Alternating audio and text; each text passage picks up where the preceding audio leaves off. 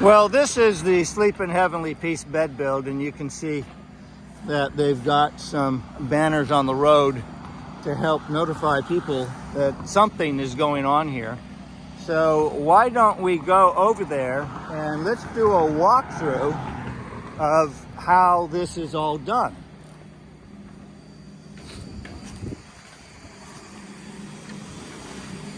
And this is where volunteers will come and register. Okay, so my name is Bill Tate and I'm the delivery manager here, and I've come to help show you with this video. We're going to walk through the build of this Sleep in Heavenly Peace, the way that they build beds. So let's go ahead and do a walkthrough of each of these stations, and then you can see the flow of how it all works. Okay? All right, let's go. Okay, so here at Sleep in Heavenly Peace, the way we do these bed builds is we start with this pre-cut wood that was cut a couple days ago from, we got it from Lowe's, who's a great benefactor of Sleep in Heavenly Peace.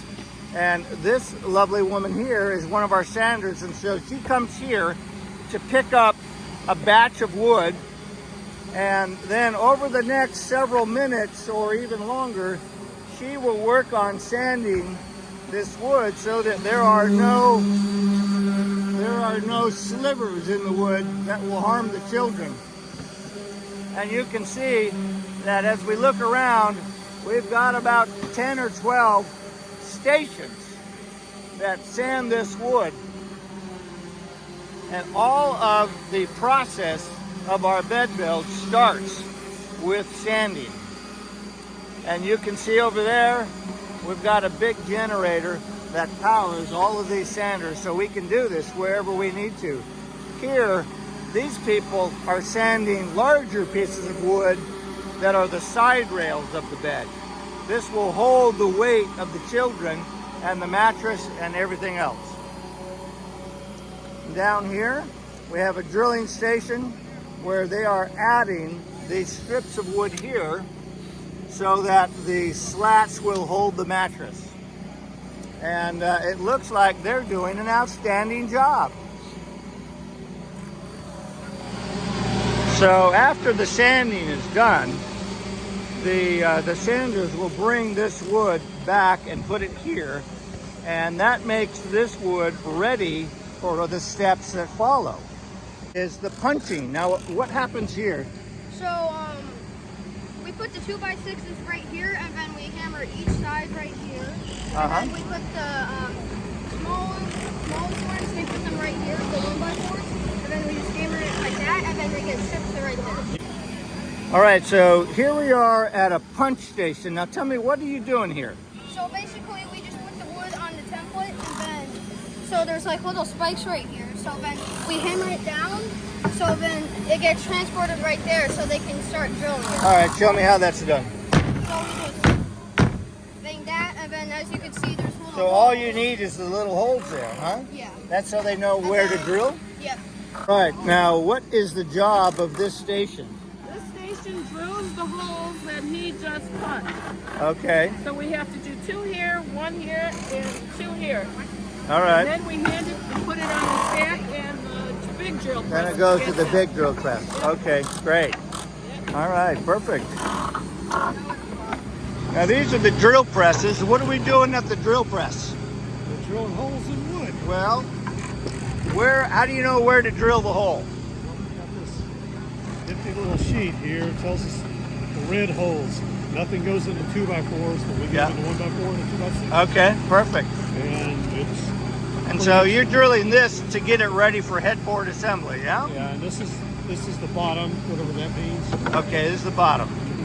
All right. And it's just a real simple operation. Just want to be sure you get your fingers in there. Yeah, okay. And what are you drilling? So currently I'm doing the same thing as he is, so we're just putting the holes in the headboards. Okay. For the bolts. All right. All right, so here we are at one of the workstations where we assemble the headboards. And so what they do is they take these pieces of wood that have been sanded and drilled, And now they put them into this area and they attach these woods to make a headboard.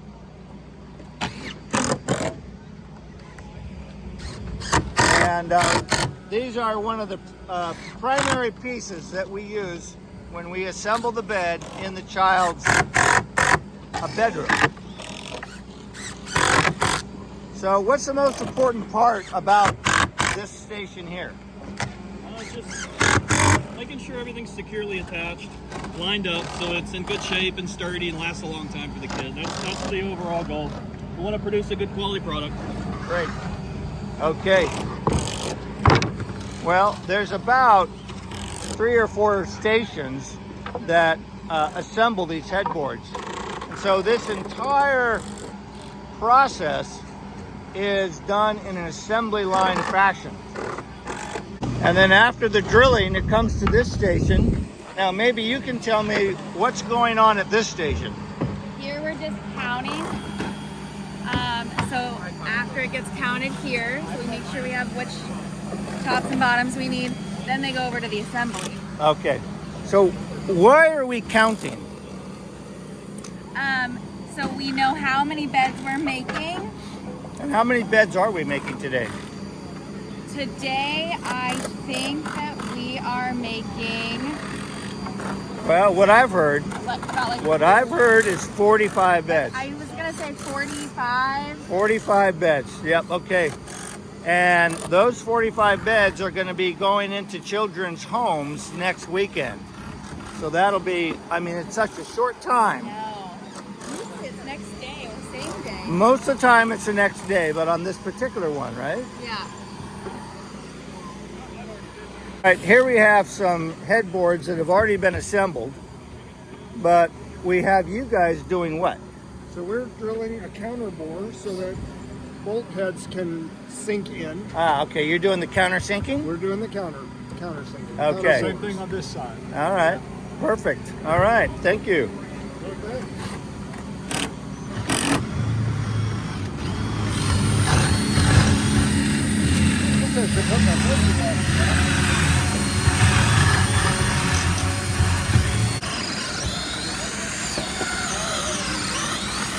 All right, so what's going on here?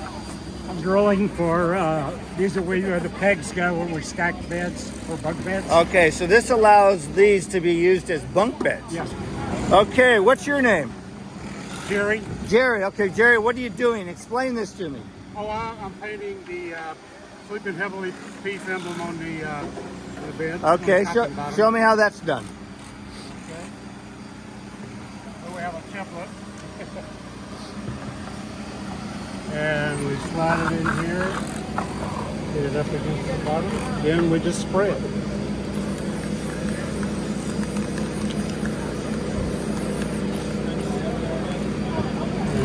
And presto, you have an SHP. Well, that makes it look extra nice, doesn't it? Yes, sir. Yeah, makes it look like somebody has put some personal touch into it. All right, and looks like you can you tell us what are we doing here? So it's kind of a seal for the wood. I mean, we're using vinegar and a little bit of steel wool, and it can just help seal and make it look a little bit of a nicer color. You can see. Okay. So yeah, we just get it off and go let them dry off and start handling. And what do these blue things That mean? represents the bottom of the bed. We got other ones that have orange on the top. Those for the top part of the bed. Okay, so the blue means it's a bottom bunk, yeah? That's correct. Yes, sir. Okay, perfect. These staining operations, these are the staining for the headboards. And over here, we are staining the side rails, and it looks like you're doing 2 at a time. That's pretty good. This is fun. It's kind of fun to figure out how new ways to be more efficient. Yes. It's a fun.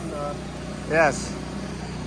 Well, over here is where they're stacking the finished products, and so you can see the headboards and the side rails, and then elsewhere we have the mattresses and the sheets and the pillows and the comforters and the everything you need to make a bed for a child. Okay, so after these components have been built and sanded and stained and prepared for assembly inside children's homes. They're then stored in between the build and the delivery. They're stored in this man's garage across the street right here. So let me show you what it looks like inside the garage, where all of the wood and other materials are stored. So over here on these racks, we have wood that was produced from a prior build. And this wood is going to be going out to children's homes in about a week. And as you can see up here on the wall, we've got bedding stored up to the rafters. And over here, we've got pillowcases and other things. But this garage typically is full of mattresses right here, and the mattresses have not been delivered yet. But it is such an issue that they are now storing wood that has been prepared for delivery now on the back patio. So you can see that using a personal residence for this kind of thing is really not ideal. And this chapter of Sleep in Heavenly Peace is really in need of a warehouse space that can be donated for this cause. Typically these builds happen on weekends when there's no business going on, and so even an active warehouse could be a viable space for the Sleep in Heavenly Peace builds. All right, so now we are going to attempt to get some interviews from people about how they feel about building for Sleep in Heavenly Peace. 1, 2, 3. Sleep in Heavenly Peace. Okay. All right. Good morning, America. And then what was the third one, Gary?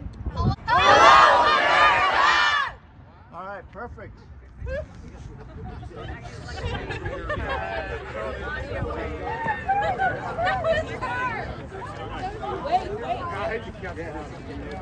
Good work.